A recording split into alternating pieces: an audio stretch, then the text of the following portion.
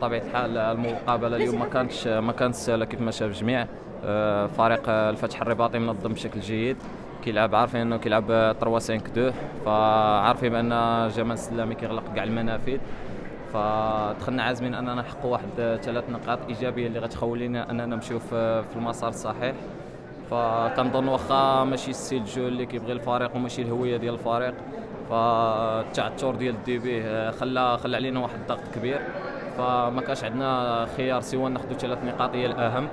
فبهذا الانتصار كنظن اننا غيعطينا واحد الحافز معنوي، يرجع واحد الثقه ما بين الجماهير واللاعبين، ما بين ستاف تكنيك، اننا نزيدوا نشتغلوا اكثر.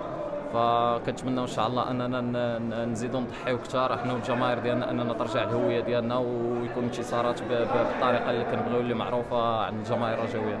بطبيعه الحال كنظن اننا واحد 50 حتى 60% من اللاعبين اللي تبدلوا في الفريق جداد، فبطبيعه الحال التعثرات ملي كيكونوا في الديبي هذه هي لوكازيون ديال كتكون 30 لاعب، فكنظن ان 30 لاعب كل واحد بغى ينزل لارضيه الملعب، باغي يقدم اللي عليه، باغي يبين الاسم ديالو، باغي يعطي الاضافه للفريق.